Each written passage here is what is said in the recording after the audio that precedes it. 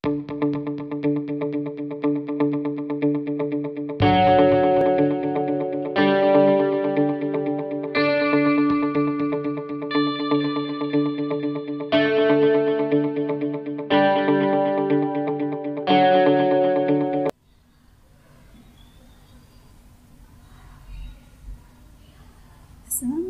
warahmatullahi wabarakatuh. Halo teman-teman Grade 4. Semoga teman-teman hari ini selalu sehat dan tetap semangat. Teman-teman, sebelum belajar, mari kita awali dengan membaca basmalah. Bismillahirrahmanirrahim. Oke, mari sama-sama kita menyanyi lagu Satu Nusa Satu Bangsa. Satu Nusa satu bangsa, satu bahasa kita, tanah air pasti jaya untuk selama-lamanya. Indonesia pusaka, Indonesia tercinta, nusa bangsa dan bahasa kita bela bersama. Oke teman-teman, itu dia lagu nasional Satu Nusa Satu Bangsa yang diciptakan oleh Elmanik. Baik teman-teman, ini kita akan mempelajari keberagaman agama yang ada di Indonesia. Teman-teman tahu ya, dari gambarnya agama yang ada di Indonesia itu ada 6 agama yang diakui oleh negara kita, negara Indonesia. Yang pertama yaitu agama Islam. Nah, agama Islam ini mayoritas diinginkan oleh warga negara kita, jadi mayoritas itu beragama Islam. Dan tempat ibadahnya yaitu di masjid, dan kitab suci dari umat Islam adalah Al-Quran. Yang kedua itu ada agama Kristen. Agama Kristen beribadahnya di gereja dengan kitab sucinya Alkitab. Begitupun dengan agama Katolik. Agama Katolik ibadahnya juga di gereja dan kitab sucinya Alkitab. Lalu yang keempat itu ada agama Hindu. Dia tempat ibadah agama Hindu yaitu di pura atau pura. Nah, kitab sucinya yaitu Weda. Yaitu ada agama Buddha.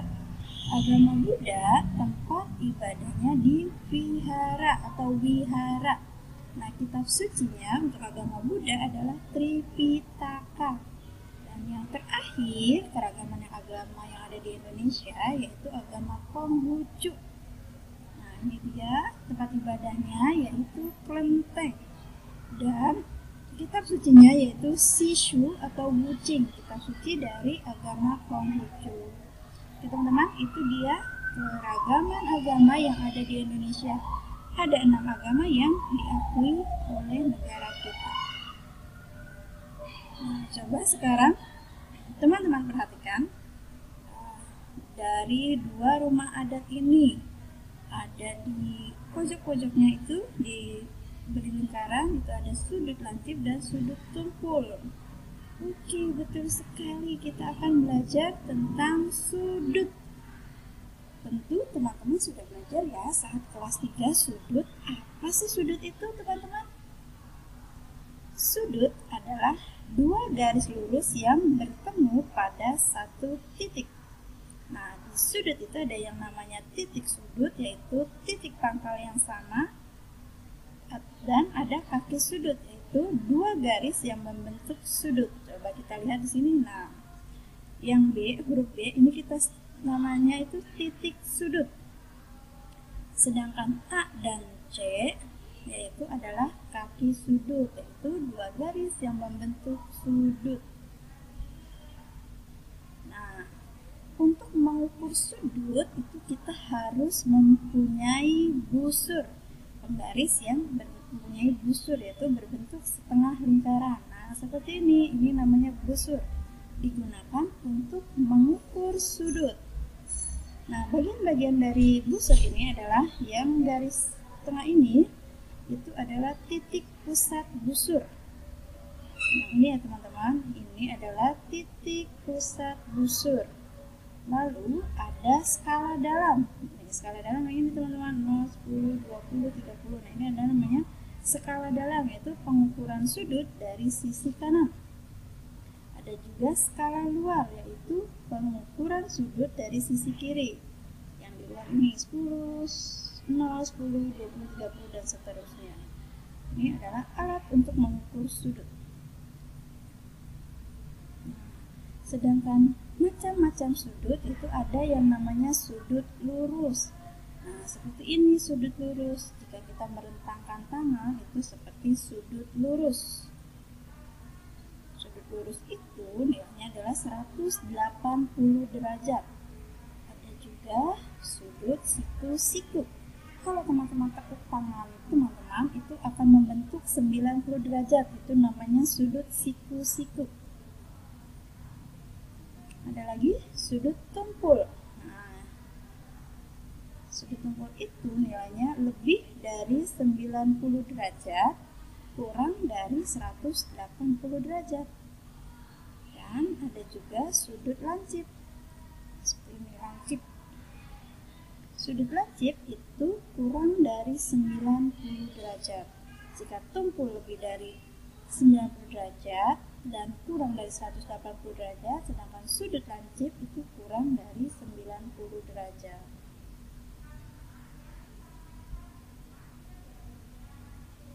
Mengukur sudut, yaitu jangan lupa kalian menyiapkan penggaris busur seperti ini. Nah, cara yang pertama adalah letakkan busur di atas sudut yang akan diukur. Ini adalah sudut yang akan diukur. Kita letakkan busurnya di atasnya. Yang kedua adalah himpitkan titik sudut tepat di titik pusat busur.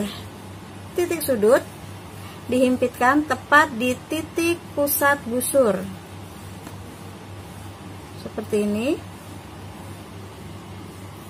Lalu pastikan salah satu kaki itu berhimpit dengan garis alas busur. Garis alas busur adalah yang lurus. Ini sudah berhimpit kaki sudutnya. Lalu perhatikan kaki sudut yang lain, berarti yang sini kalian perhatikan. Bacalah angka yang ada pada busur yang berhimpit dengan kaki sudut. Ini kita baca. Berada di sini. Karena kita mengukurnya dengan skala dalam, jadi kita mengukur dari sini, dari yang warna merah itu sekitar 119 derajat. Jadi sudut ini adalah termasuk sudut tumpul. Itu adalah cara untuk mengukur sudut. Sudah bisa kalian mengukur sudut dengan menggunakan busur? Selanjutnya yaitu cara menggambar sudut. Cara menggambar sudut yang pertama, gambarlah sebuah garis, ada titik simpulnya. Jadi teman-teman pertama menggambar sebuah garis. Lalu setelah menggambar sebuah garis, teman-teman dapat mengukur sudut. Jika teman-teman ingin membuat sudut 40 derajat, berarti teman-teman memberi titik di sini, di 40. Setelah teman-teman tahu akan menggambar sudut berapa, 40, kita beri tanda titik 40 derajat. Jika sudah memberi titik atau menandai bahwa yang digambar adalah 40 derajat, maka dari titik 40 derajat ini dihubungkan ke titik ini. Nah, itu akan membentuk 40 derajat. Kita garis, jadi akan membentuk sudut 40 derajat. Sudut apa ya 40 derajat? Sudut lancip karena kurang dari 90 derajat. Bagaimana cara menggambar sudut? Yang pertama kalian lakukan adalah menggambar sebuah garis. Kalian gambar sebuah garis seperti ini, garis lurus. Yang kedua, kalian ukur. Kalian mau membuat sudut apa?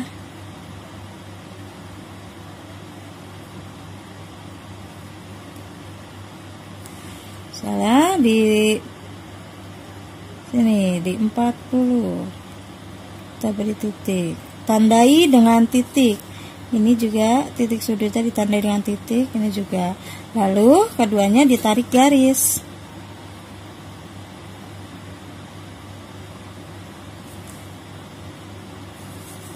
Seperti ini. Ini adalah ukurannya 40 derajat karena Miss Tina menggambar sudut lancip. Bagaimana? Bisa kan? Oke, selamat mencoba. Nah, itu dia materi kita hari ini tentang hari besar salah istilah tentang agama yang diakui oleh negara kita dengan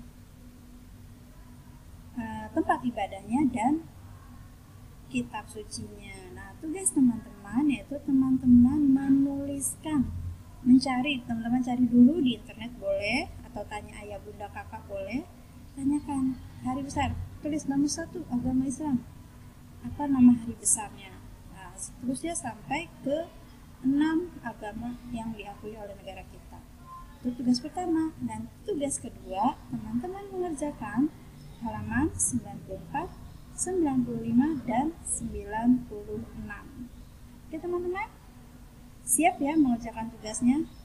Jika tidak mengerti atau tidak paham, teman-teman boleh WA Miss Tina atau di Zoom. Misalnya setelah menyimak video tidak mengerti, Zoomnya sama Miss Tina buka, ditanyakan di Zoom boleh. Atau secara pribadi WA boleh. Silahkan jika teman-teman tidak paham. Oke, sebelum kita tutup, kita nyanyi kembali lagu daerah. Sudah bisa belum? Kemarin kan sudah dinyanyikan. Sekarang kita nyanyikan sama-sama ya. Yuk, lagu Kicir-Kicir dari daerah Jakarta. Siap? Oke, yuk 1, 2, 3. Kicir-kicir, ini lagunya, lagu lama ya Tuhan dari Jakarta. Saya menyanyi ya Tuhan memang sengaja untuk menghibur hati nan duka.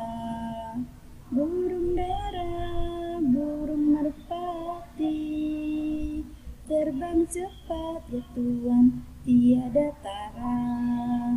Bilalah kita ya Tuhan suka menyanyi, badanlah sehat ya Tuhan hati gembira.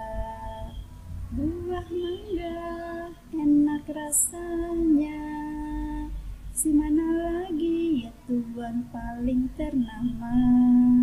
Siapa saya ya Tuhan rajin bekerja, pasti menjadi warga berguna. Ya teman-teman, lagu Kicir-Kicir dari Jakarta.